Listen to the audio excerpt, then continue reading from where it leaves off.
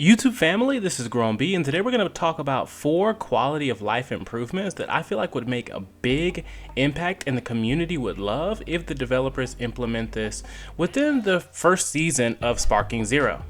So we're going to discuss this in terms of the easiest to implement that I feel like the community would be most happy with, starting with number 1. Preset teams for team battles and even DP battles. Right now, from what I've messed around with, it seems like you can only set up one team and you have to constantly go through and try to change that team quickly if you're going into team battles or DP battles. And I think like Fighters did this, and actually I don't play a lot of other games that have multiple characters, but it would be nice to have maybe a set of 5 different teams that you can throw together and basically interchange them whenever you want to go into your DP battles or your team battles. And this seems like something that they would be able to implement probably before the next big patch for Sparking Zero. This next one is number 2 because I'm not sure how difficult it is to implement, because I've only actually seen it on one fighting game, and I figured if it's easy, it would probably appear in more, and that's online multiplayer practice mode. And again, these are just quality of life things. It'd be really nice to just be able to have like a boundless training session with a friend where we're not having to worry about our health going down and having to start the match over, not having to worry about the time running out and having to reselect our characters and jump back in the game.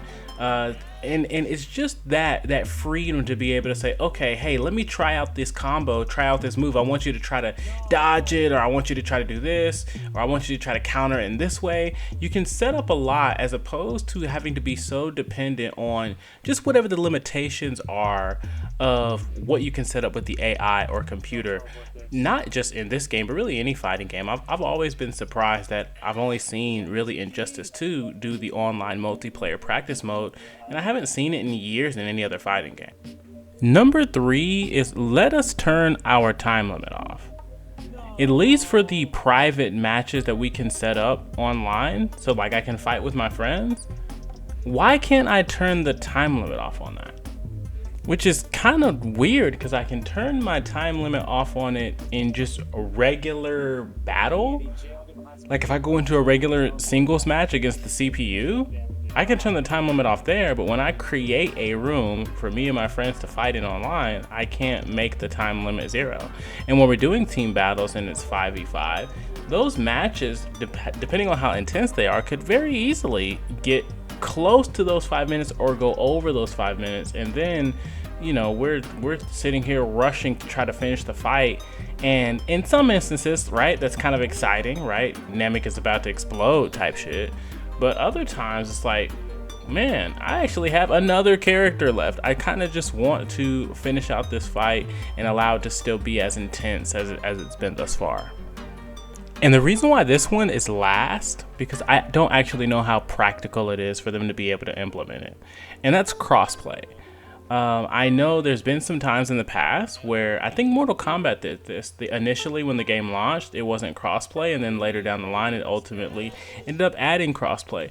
The only thing is the developers have said that with a game like this, it would be really difficult to do crossplay, if not impossible. And I mean, I can't argue with that because I'm not a developer, and I don't want them to do something with this game in order to try to like appease us as fans and end up kind of breaking it, or just making it in some way lesser by trying to kind of force things into it that just may not work for this particular and man, it has been absolutely rough not having my training partner. Like I've had this guy running my fighting game sets for years. It's been years since I haven't had him to train with, and so it is a bit disappointing, but we'll see how that goes. But this is my list for just a few things that I think can increase the quality of life when it comes to Sparking Zero, and I think those first 3 could be implemented before the end of season 1. Let me know what you guys think. What are some other quality of life things that you guys would like to see that aren't massive changes like new game modes and mechanics and things like that? Just little quality of life stuff that you feel like would be easy to throw in. And with that being said, this is the end of the video. If you like the video, like it. If you think someone else might like it, share it. And if you want to see more, I really hope that you will subscribe.